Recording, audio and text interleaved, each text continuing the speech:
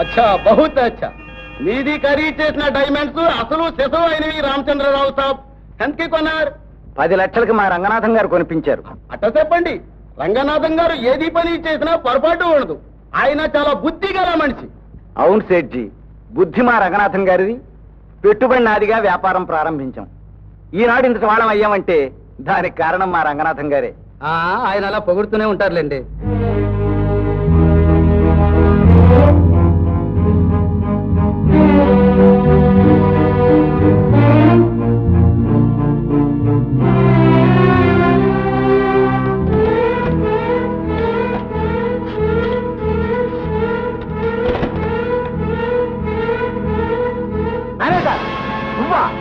నీకింత పాడు బుద్ధి ఉంటుందని ఏనాడు అనుకోలేదు. కానీ నేను ముందే గ్రహించాను. మనం సేట్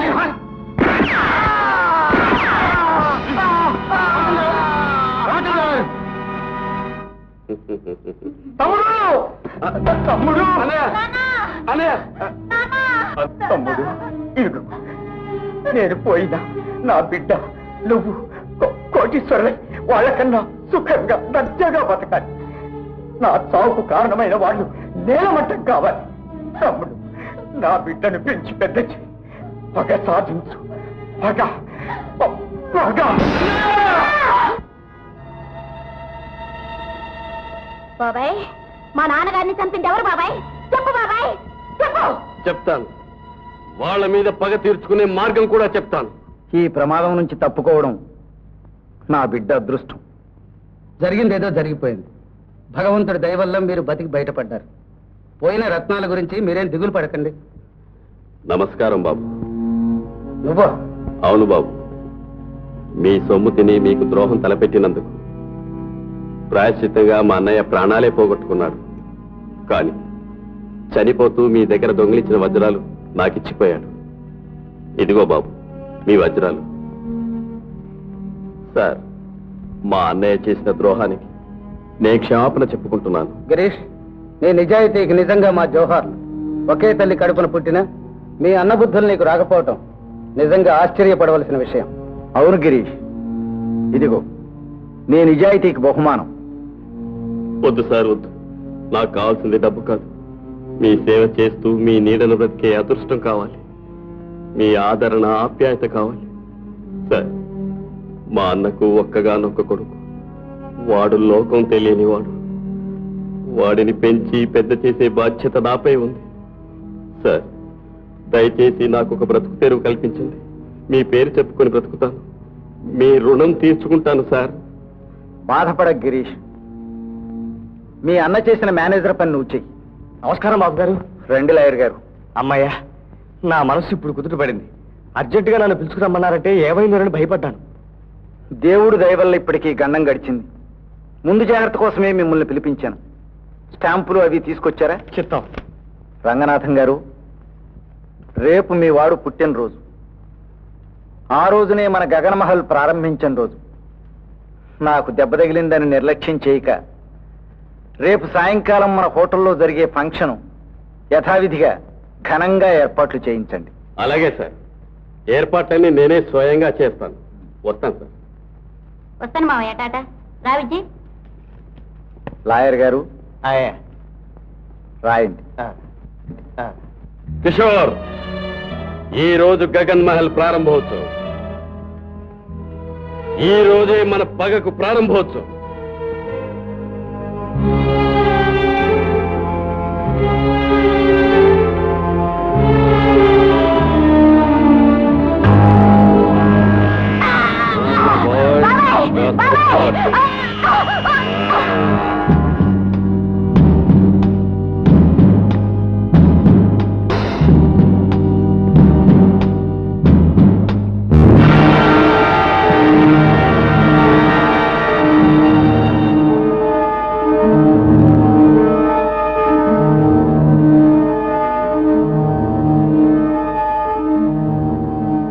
ఇది ఎంతో శుభదినం.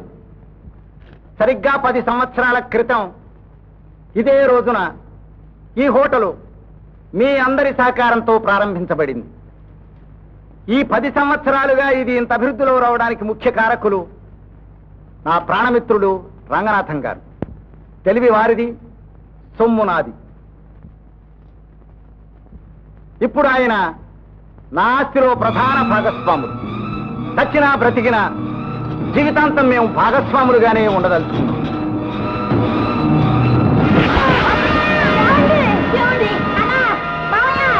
బాబు గారు, ఇన్స్పెక్టర్ గారు, ఓల్డ్ కన్స్ట్రక్షన్ వల్ల ప్రమాదం జరుగుతుంది. అయ్యో, ఎంత ఘోరం జరిగిపోయింది, ఎంత అన్యాయం జరిగిపోయింది. పోలీసులు జనం అంతా కలిసి అది యాక్సిడెంట్ అని తేల్చారు. అంతేగా మరి? కాదు, హత్య. నేను చేశాను. ఇప్పుడు నువ్వు చేయాల్సింది రామచంద్రరావు రాసిన వీలునామాని నేను చెప్పినట్టుగా మార్చటమే. వీలునామాని మార్చటమా? No no no.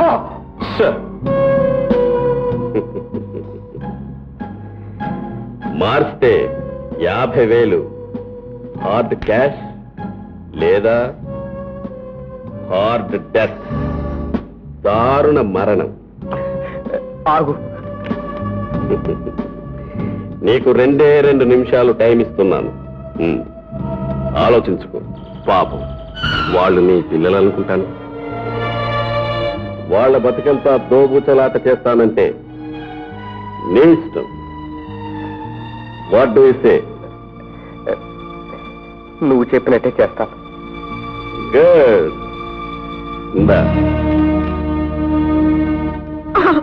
ఎంత ఏడిస్తే మాత్రం పోయిన వాళ్ళు తిరిగి వస్తారా? ఊరుకోండమ్మా. ఆవిడ ఉన్న మాటే అన్నా.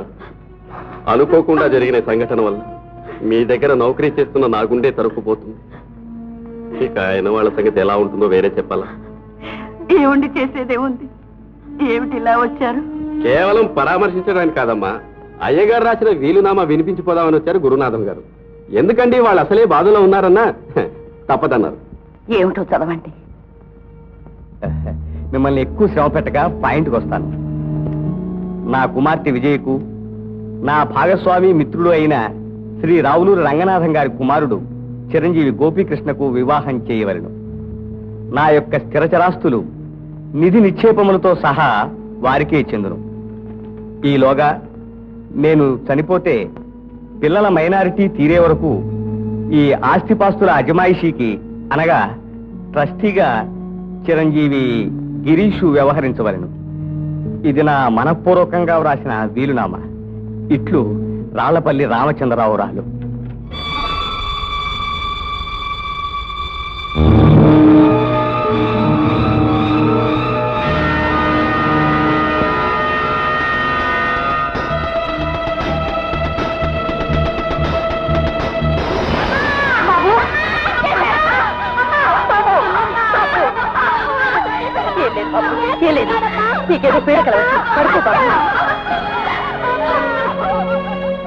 ఇందులో ఏదో కుట్ర ఉంది.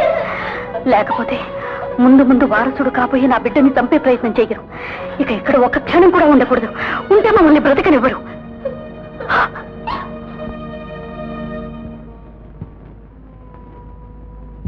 ఏమిటమ్మా అలా ఉన్నారు? ఎక్కడి నుంచి ఆ ఉత్తరం? శాంతమ్మ పిల్లలేరి? ఇంకెక్కడ శాంతమ్మ? ఏంటమ్మా, ఏం జరిగింది? ఇక్కడుంటే తనకి తన పిల్లలకి ప్రాణాపాయం అని చెప్పి భయపడి ఇంకొక క్షణం ఇక్కడ ఉండలేనని చెప్పి ఉత్తరం రాసి పెట్టి పిల్లలతో ఎక్కడికో వెళ్ళిపోయింది. అయ్యో, ఎక్కడికి వెళ్ళి ఉంటుంది? రాయలేదు. అసలు ఆమె భయానికి కారణం ఏమిటో ఎవరో కూడా అర్థం కావడం లేదు. అసలే అనుమానం మనిషి. ఆ పిల్లల్ని తీసుకుని ఎక్కడికి వెళ్ళిందో, ఏ అవస్థలు పడుతుందో. మీరేం గాబరా పడకండమ్మా. ఆవిడ ఎక్కడున్నా వల్ల వేసి గాలించి నే వెతికిస్తాను. మేడం, మీరు కోరిన ప్రకారం మనకు బాధ కలిగించే పాత జ్ఞాపకాలను పడగొట్టి కొత్త ఆశలను అంతస్తును అందంగా నిర్మించాను. అంటే పాత హోటల్ను పడగొట్టి 5 star hotel, new Gagan mile hotel కట్టించారు. చాలా శ్రమపడ్డావు గిరీష్. నీలాంటి విశ్వాసం గల వ్యక్తి దొరకడం నిజంగా మా అదృష్టం. ఆ అదృష్టం మీది కాదు మేడం, నాది. ఈ కాగితాల మీద కాస్త సంతకాలు పెట్టండి. ఏమిటది? ఏమీ లేదు, హోటల్ కట్టడానికి గవర్నమెంట్ దగ్గర కొంత లోన్ తీసుకున్నాను. దాని బాపత్తు లీగల్ గా మీరు ఇక్కడ సంతకాలు పెడితే. సరే, ఆ వివరాలన్నీ నాకు అక్కర్లేదు, నువ్వు చూసుకో. అలాగే మేడం. మేడం, ఇదిగో new hotel Gagan Mahal plan.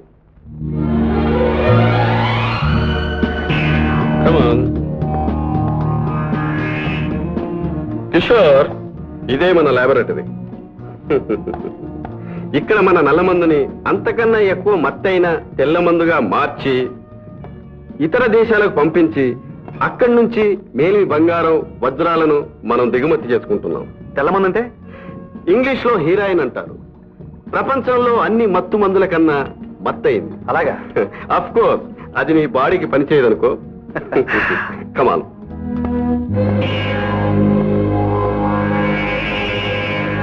అటు చూడు కిషోర్, ఇవన్నీ కొత్తగా పట్టి తెచ్చిన కోడినాగులు. ఇప్పుడు నువ్వు వీటన్నిటికంటే శక్తివంతుడివి. Try yourself. Come on.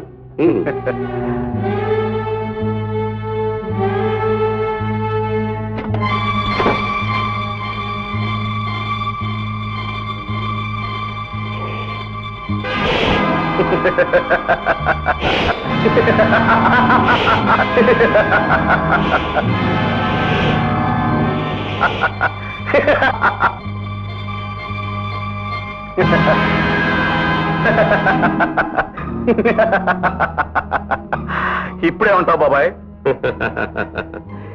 Very good my boy, very good. 13 సంవత్సరాల నా పరిశోధన ఫలించింది. ఇప్పుడు నువ్వు పరిపూర్ణమైన విషపురుషుడైపోయావు. You have become powerful 10,000 cobras. ఇప్పుడు నిన్ను ఏ విషం ఏమీ చెయ్యలేదు. నీలోని విషం ఆరగింజంతైనా చవి చూచిన ఏ ప్రాణి అయినా బ్రతికి బట్టగట్టలేదు. ఓకే? అదలా బాబాయ్. కిషోర్, ఈ ఉంగరాన్ని జాగ్రత్తగా చూడు.